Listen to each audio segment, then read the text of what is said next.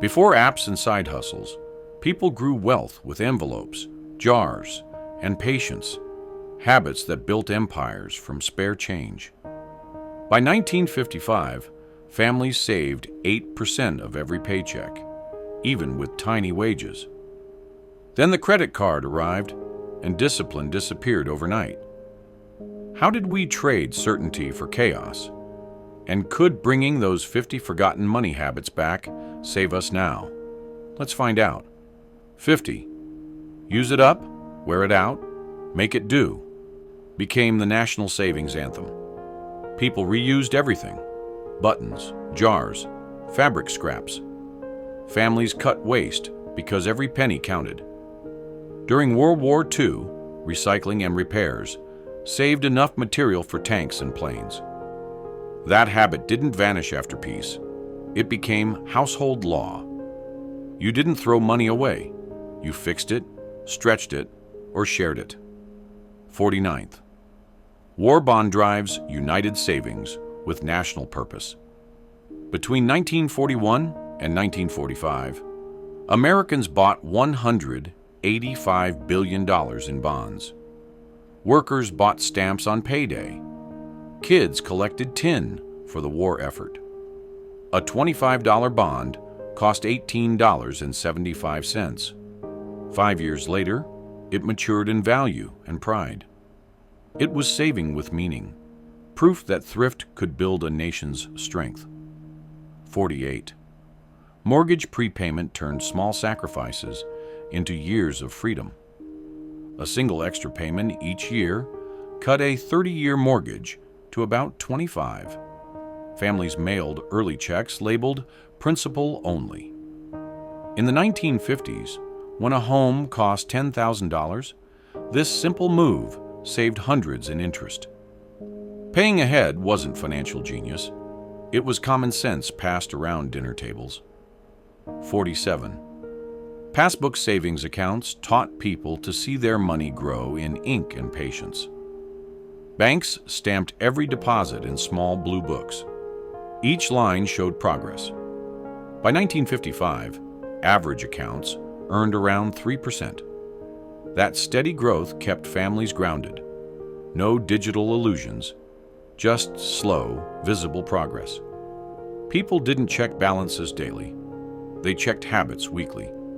The proof of savings sat in their hands. 46. Repair before replace habits saved fortunes one stitch and screw at a time. Sewing kits and toolboxes stayed busy. Shoes were resoled, radios rewired, and refrigerators repaired instead of replaced. By fixing rather than buying, families saved up to 15% of their yearly income. It wasn't nostalgia. It was survival math that stretched every dollar far beyond the paycheck. 45. Home canning and bake sales turned kitchens into small businesses. During rationing, families canned vegetables and sold pies for cash. By 1943, over 20 million Victory canners filled jars across the U.S. Bake sales, paid for school repairs and family bills. Housewives built emergency funds one jar at a time. Real side hustles before the word existed. 44. Christmas club accounts turned spare change into a debt-free holiday season. Banks launched these programs in the 1920s. Customers deposited small amounts weekly, then got checks in December. By the 1950s, over 20 million Americans joined. It kept Christmas off credit and spending within limits. It proved steady habits beat last-minute debt every single time. 43. Store charge plates replaced debt with short-term trust and accountability. Before plastic cards, shoppers carried small metal plates tied to local stores. Clerks recorded charges manually, and balances cleared every payday. A late payment risked embarrassment, not just interest. People learned that credit meant personal responsibility, something your community noticed if you ignored. 42. The envelope method gave every dollar a name, and every expense a boundary. Households divided cash into envelopes labeled rent, gas, and groceries. When one was empty, spending stopped. It trained discipline better than any app today. By 1938, it was so common banks offered budget envelopes as a service. Every dollar had a destination, and waste stayed visible. 41. Workplace credit unions gave workers control over their own credit. Credit unions started inside factories and schools during the 1930s. Members pooled money, lending at 3 to 5% interest instead of 20%. Borrowers knew lenders by name. By 1950, membership topped 2.5 million. These local institutions replaced debt traps with cooperation, proof that small circles can fund big goals. 40. Home price books let shoppers outsmart inflation with a pencil and patience. Homemakers tracked prices for flour, meat, and soap by store and date. A dime difference meant real savings over time. By 1956, family manuals and magazines printed templates for price books. It turned grocery shopping into data-driven strategy, budgeting before calculators or coupons. 39. Cash before credit rules prevented debt before it could grow. People paid cash for what they could afford. Loans were rare and serious. Families saved first, bought second, and thought twice about borrowing. Banks demanded full deposits for large purchases. That rule kept financial disasters small, because living within reach meant never owing beyond comfort. 38. Sinking funds transformed surprise bills into predictable, manageable events. Families set aside small amounts monthly for future expenses, taxes, repairs, or tuition. In 1940, homemaking guides recommended 5 envelopes: house, health, auto, taxes, and gifts. It turned unexpected costs into routine math. Sinking funds weren't fancy. They were early financial planning that actually worked. 37th, Series E and EE savings bonds made ordinary workers patriotic investors. Launched in 1941, Series E bonds let Americans invest as little as $18.75 for a $25 return after 10 years. They weren't glamorous, but they were guaranteed. By 1970, over 85 million people held them. It was safe investing long before Wall Street became household talk. 36. Layaway taught people to earn ownership before taking it home. Customers picked an item, paid small installments, and received it when fully paid. No credit, no interest, just patience. Department stores like Sears made it mainstream in the 1950s. Families learned real waiting, not impulse buying. Layaway removed regret because every purchase carried effort behind it. 35. Budget billing kept electric bills smooth and tempers steady through the seasons. Utility companies started offering flat monthly payments based on yearly averages. It stopped winter shock and summer panic.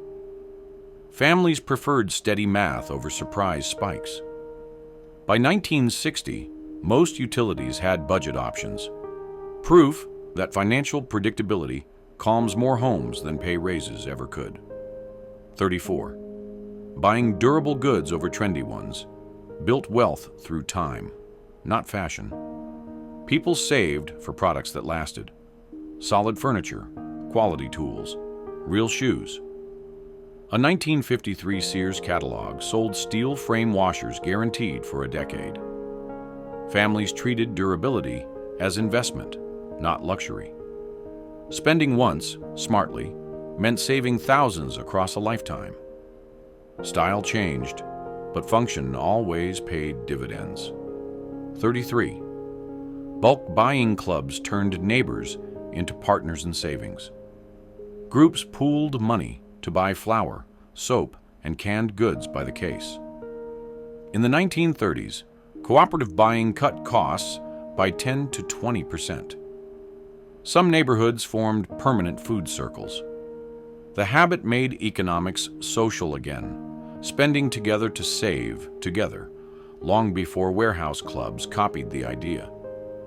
32. Emergency jars kept families calm when trouble came to the door. A coffee can in the pantry or a jar in the cupboard held cash for breakdowns or hospital bills. No accounts, no paperwork, just readiness. A few dollars could save a week of stress. That small cushion meant survival when banks closed or paychecks stalled.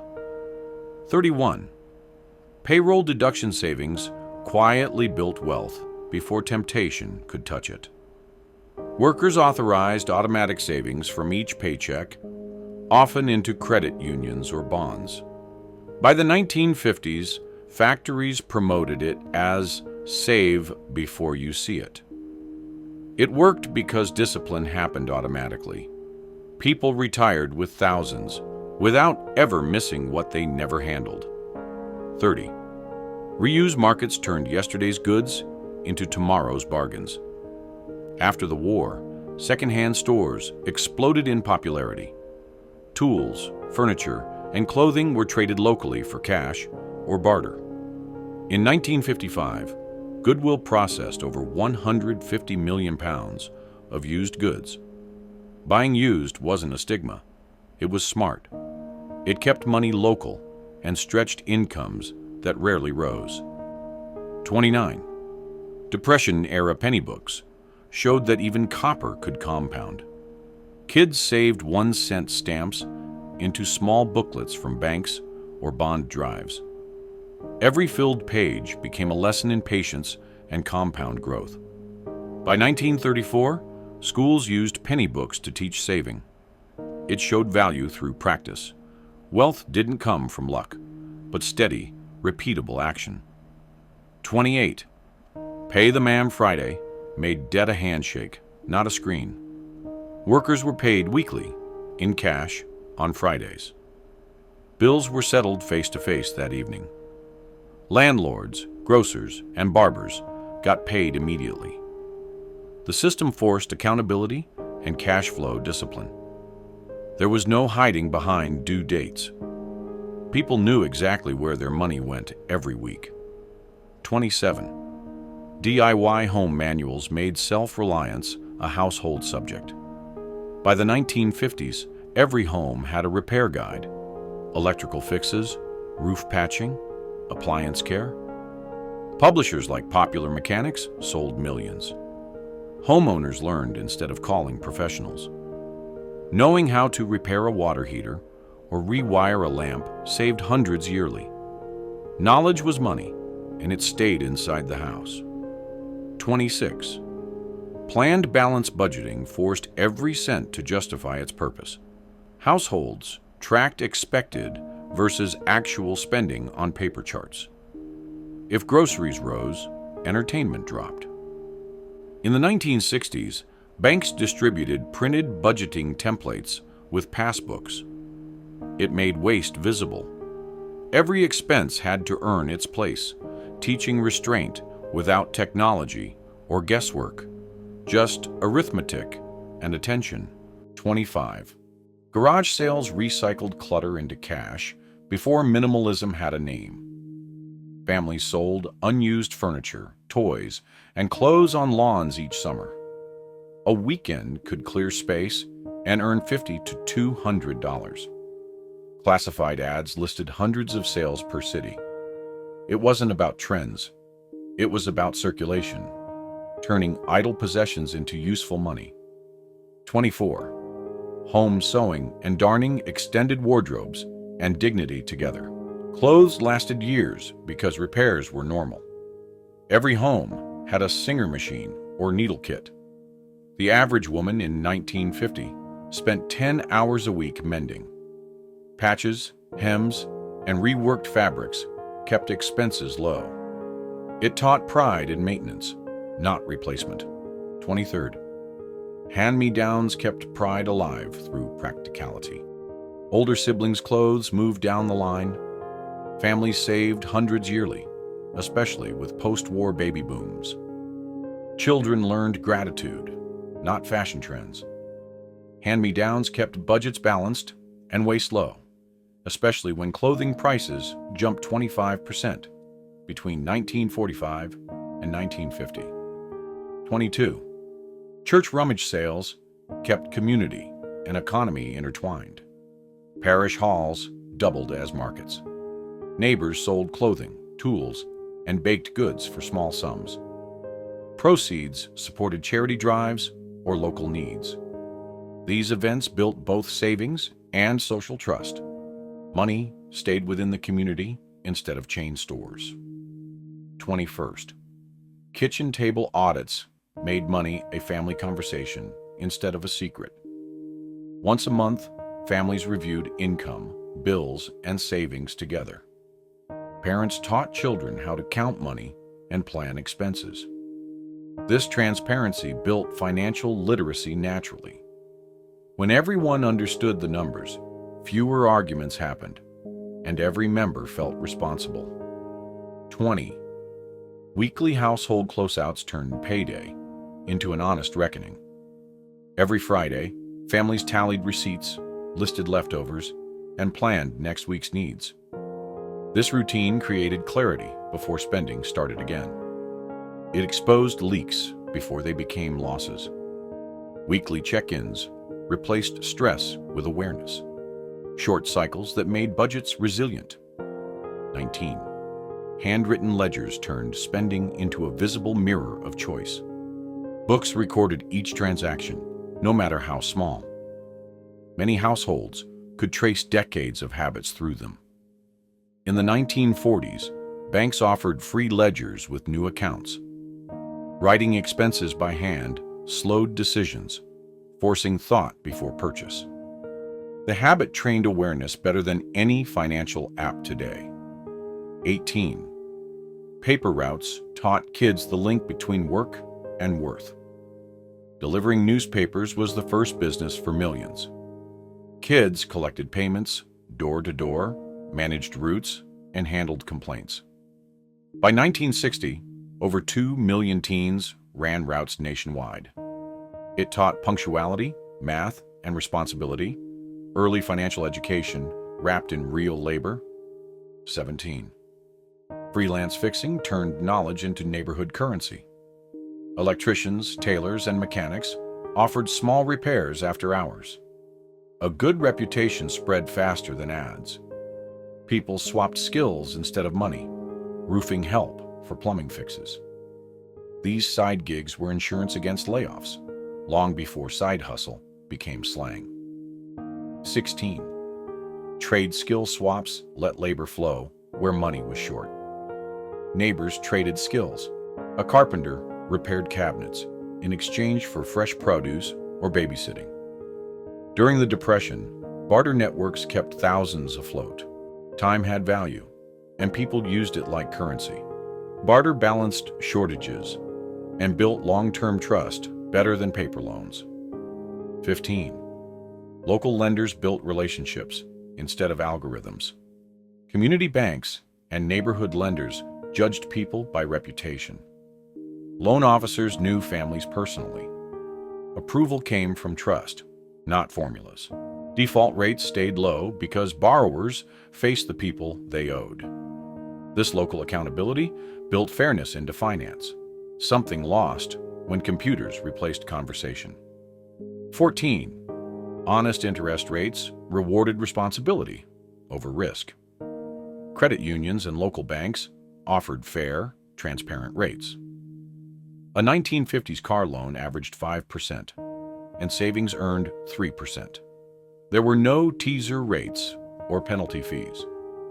The system favored long-term reliability over quick profits. Everyone understood the math, and that clarity prevented financial traps. 13. Bulk buying and co-op stores turned neighbors into partners in savings. Cooperatives pooled member funds to buy staples like flour and fuel at wholesale prices. Discounts averaged 10 to 15%. Members shared dividends each year. By 1955, co-op grocery stores served over 3 million families. It turned consumer spending into shared economic power, not corporate profit. 12. Tool-sharing libraries kept independence affordable for everyone. Communities pooled funds to buy tools, saws, drills, ladders, for everyone to borrow. Small towns and veterans clubs ran these in the 1940s. It prevented duplicate purchases and saved families hundreds. Borrowing instead of buying made maintenance cheap and community ties stronger. 11.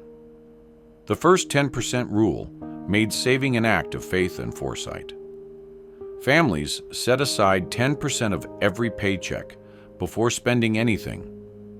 Churches and financial guides promoted it equally. This single rule built emergency savings and retirement cushions long before 401ks. It taught people to pay themselves first and live on what remained. 10. Live below your means, not within them. The guiding rule was simple. If income rose, expenses didn't follow. People viewed raises as savings opportunities, not excuses to spend. This mindset created buffers against layoffs or medical bills. It turned modest earners into homeowners through restraint, not luck. 9. Save before you spend. Payday meant dividing cash, some for needs, some for savings, before anything else. This reverse budgeting kept priorities straight. Families who saved first stayed stable through downturns. The system relied on discipline, not optimism. Saving wasn't optional, it was protection. 8. Value maintenance over appearance. Homes, cars, and clothes were kept functional, not fashionable.